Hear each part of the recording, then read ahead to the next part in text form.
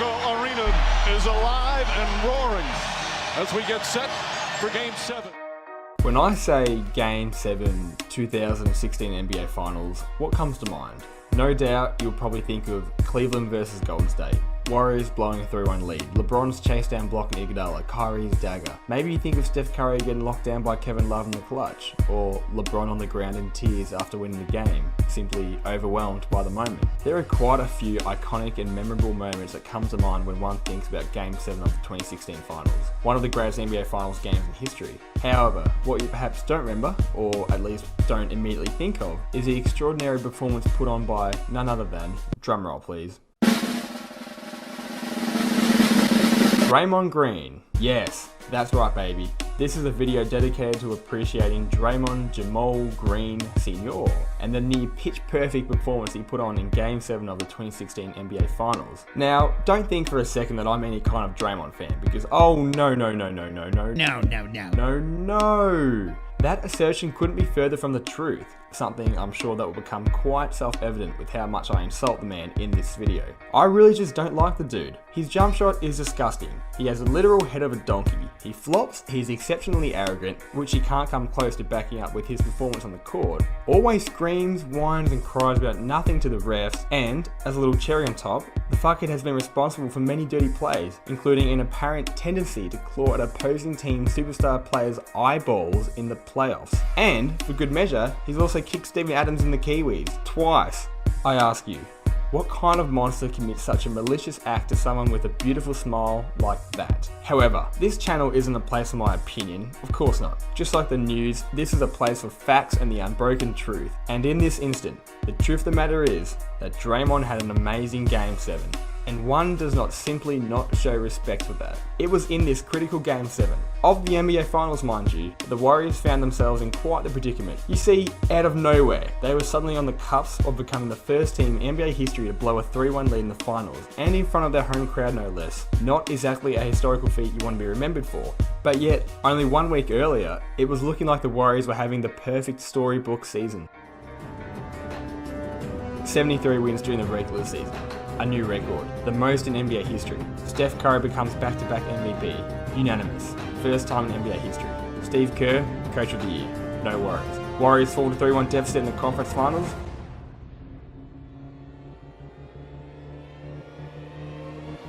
No problem, they come back and win nonetheless, first team to ever do so in the Western Conference Finals. And now, after a Game 4 win, the Warriors have a very comfortable 3-1 series lead with a home court advantage. Everything is going according to plan. Except, there was this one little hiccup that occurred in Game 4. You see, Draymond has these urges, if you will, that tend to unfortunately get the better of him. You see, in this case, he regrettably couldn't control said urges, and with LeBron's juicy ballsack hanging next to his face, Draymond couldn't stop himself from, I suppose, trying to fondle those delicious black balls. And, because of the league's controversial but strict no fags allowed rule, found in Section 3 of Rule number 10, this led to Draymond's Game 5 suspension. Coupled with Bogut's Game 5 injury, this is when things really began to take a turn for the worse for the Warriors. With Draymond suspended and Bogut now injured, the Warriors understandably dropped Game 5. Then, with an epic performance from LeBron and Kyrie, and the refs doing their part in calling a bunch of non-existent bullshit fouls, Game 6 also went to the Cavs. So then, all of a sudden, the Warriors were facing Game 7, baby! Game 7! Game 7! That's correct, Zaza. Good job. We are going to a Game 7 indeed, and by the end of today, there will be an NBA champion. That entire historic, record-breaking, pitch-perfect season the Warriors had had up until this point, that was now on the verge of all being for nothing. Who cares when you set all these records but ultimately fail in achieving the main objective of bringing home a championship? It was in this crucial Game 7 that the Warriors' two main stars, the back-to-back MVP and GOAT shooter Steph Curry, and the potential GOAT catch-and-shoot three-point shooter Klay Thompson, weren't exactly cutting the mustard, if you will. For Game 7, Steph and Klay shot a pitiful 32 and 35% from the field respectively.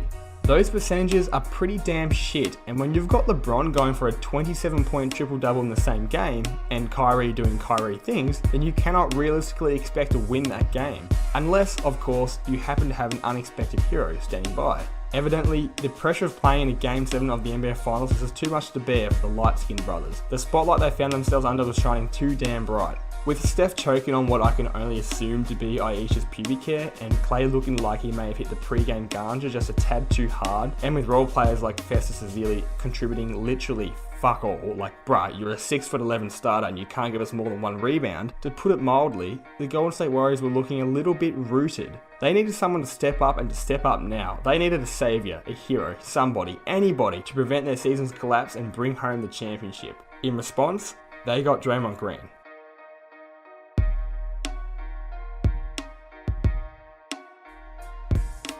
Playing in a Game 7 of the NBA Finals is undoubtedly the biggest, most important game any basketball player could ever hope to play in their lifetime. And this just happened to be the game that Draymond Green decided to pick up the load when his team needed him most and balled out of his mind. It's no secret that Draymond isn't exactly the greatest shooter going around. It's not often that you'll hear him referred to as a three-point assassin.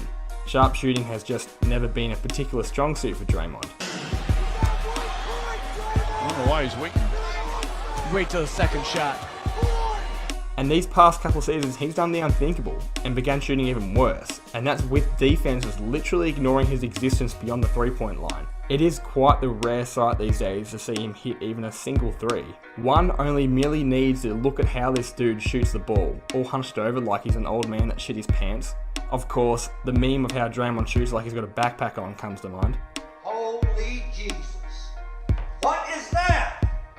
What the fuck is that? And that rotten form in which Draymond uses to shoot certainly carries itself over into his shooting percentages. For the 2020 season, Draymond shot a blistering 39% from the field and 28% from 3. The year before that, he shot the same putrid percentage from 3, and that was while playing with 3 of the greatest shooters in history on his team. So as a career 30% three-point shooter, I think it's pretty fair to consider anything north of 40 to 45% three-point shooting as a very good shooting night for Draymond, perhaps even a little great by his standards. So I wonder how he did in Game 7 of the NBA Finals. Going into Game 7, Draymond had missed his last 10 three-pointer attempts. He hadn't made a 3 since the third quarter of Game 2, and was now about to play in the biggest, most important game of his life. The pressure was very real. So if he had a good game, then what did he end up shooting? Like 2 or 5 from 3, 3 or 5, or 6 of 8. Bro, Draymond Green shot 75% from 3 on 8 attempts in Game 7 for the NBA Championship. How? That is insane. If any player shot like that on any given day, that is a pretty damn great game of shooting. But just the mere fact that we are talking about Draymond fucking Green here, and the fact that this is Game 7 of the bloody NBA Finals, makes it that much more amazing. Do not forget, this is the same guy who lost to Kevin Hart in a three-point contest. Draymond Green, a professional basketball player, an NBA All-Star, was beaten fair and square in a three-point contest by Kevin Hart. I've got nothing against Kev, but you'd think the guy getting paid $16 million that year to play basketball would probably, not lose, especially to a 5-foot tall comedian. And then Draymond was awarded this giant pre-prepared trophy because everybody thought he would actually win. It's pathetic. You're a winner. Why did I get the trophy? You didn't win. I didn't win. You did not win. You were in a three-point contest with him, right? Yes. So has he got a good three-point shot? No. No. No. You're just not having it. He hit a couple spots where he shot well, and I was shocked. But no. And I beat him in a three-point competition. You don't believe me? Roll the tape. But whatever. None of that mattered at the moment. On the night of June 19, 2016, Draymond said fuck all that noise and blocked out those mental demons. He had arrived ready to ball, and ball he did. In this game, he truly played out of his mind. Dre ended the night with, let me just clear my throat here, 32 points on 73% shooting from the field, 75% from 3, and 100% from the free throw line. Oh my god, that efficiency is a thing of beauty. And beauty is definitely not something I tend to associate with Draymond Green. And being the versatile player he is, it wasn't the only thing he was adding to the box score. Dre was also good for a very solid 14 rebounds, 9 assists, and then 2 steals as a little extra bonus. In other words, an all-around fantastic night. This bloke was 1 assist shy of a triple-double in Game 7 of the NBA Finals. One little tiny assist was all he needed to snag that triple-dub and get his name into the history books. If his teammates weren't choking and bricking 70% of their shots, Draymond easily would have smashed 10 assists. For the night, Draymond had 22 potential assists. He needed 1 out of those 13 missed potential assists he set up to go into the basket. And then boom, he has a 32-point triple-double. It was his teammates who couldn't get their act together. If you happen to be one of the individuals responsible for the near 18 million views that this YouTube video has, which shows the last 4 minutes of play from the game, then you might remember the broadcast showing this particular graphic on screen here. A triple-double in Game 7 of the NBA Finals has only been achieved 3 times in the entire history of the NBA, and each time by a top-tier NBA legend. One more mere assist, and all of a sudden, Draymond is on the screen alongside those basketball greats. For all the talk of how amazing LeBron played in this final series, and amazing he was, for Game 7 at least, Draymond outperformed LeBron in nearly every statistical category. Less turnovers, more points, more rebounds, and a much better shooting percentage. Draymond scored more than LeBron whilst taking 9 fewer shots. The efficiency difference from what Dre shot compared to Bron is Charles Barkley's stomach level massive. The only main statistical category where LeBron did a little bit better was in racking up 2 more assists than Draymond. However, like I said before, Draymond had 22 potential assists for the night, LeBron only had 18. Draymond was facilitating the ball more so than LeBron, his teammates just didn't knock down their shots at the same clip. Now imagine if Dre had shot somewhere around his usual 30% from 3-point land. That immediately wipes 12 points off the scoreboard for the Warriors. If you thought Steph was panicking down the stretch when the game was tied, well just try and imagine the shit running down his legs if the Warriors found themselves down 12 points at the same point in the game. It is game over at that point. Series lost. Game over. Steph and Klay both did not have a good game. This game shouldn't have been close. Yet Draymond put the team on his back in the same way he does with that invisible backpack and kept them alive right up until the very end. He made sure that no matter what, his team was in the fight and could still win the game, in spite of his teammates' lackluster performances. While the Splash Brothers were choking, Draymond was cooking. The man literally tied the all-time record for most threes made in Game 7 of the NBA Finals. Not Steph, not Klay, but this donkey here. The same guy whose shooting form is a meme. Even Boban Marjanovic, a 7'10" cave troll from Serbia that assassinates people on the weekends, has a much smoother looking jumper than Draymond. And yet Draymond is out here tying NBA records with his shooting. This was a game of Draymond's life. This was a game he was born for. As the Warriors watched their cozy 3-1 lead slowly trickle away into an elimination game, Draymond refused to bow down and give up. He was not going to let their season go to waste. In a late 4th quarter timeout, this is what the microphones caught Draymond saying to his teammates. We will not go quietly into the night. We will not vanish without a fight. We're going to live on. We're going to survive.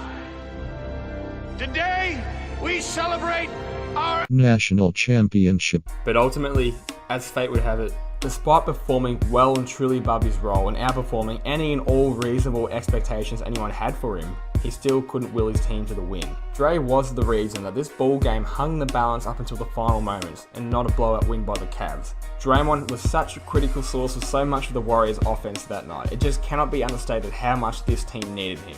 The super duper high efficiency that he shot the ball with, coupled with the amount of dimes he was dishing out, he was spectacular. If Curry didn't get locked down by Freaking Kevin. and he made at least one of those final shots, and the Warriors managed to come out with the win, then holy shit, would Draymond's performance be one of the most memorable, iconic Game 7 Finals performances in history, right? How could anyone ever forget that time that Draymond Green got a 30-point triple-double and nearly single-handedly carried his team to the win in Game 7 of the NBA Finals? There ain't nobody forgetting that. But they lost, and this performance was subsequently forgotten by the vast majority of NBA fans. If at the very least, had one of those 13 missed potential assists gone in, and Dre came out with a triple-double to show for his efforts, I think that would make his performance a lot more noteworthy, and despite the loss, it would still be remembered by many more NBA fans.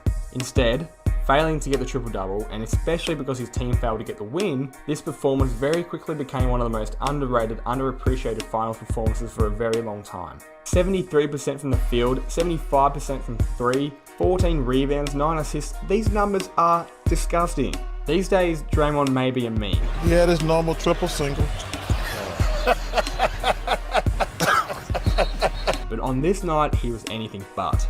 With his team season on the line, he was the one that answered the call for help. He was the one to stand up and say, yes, I can.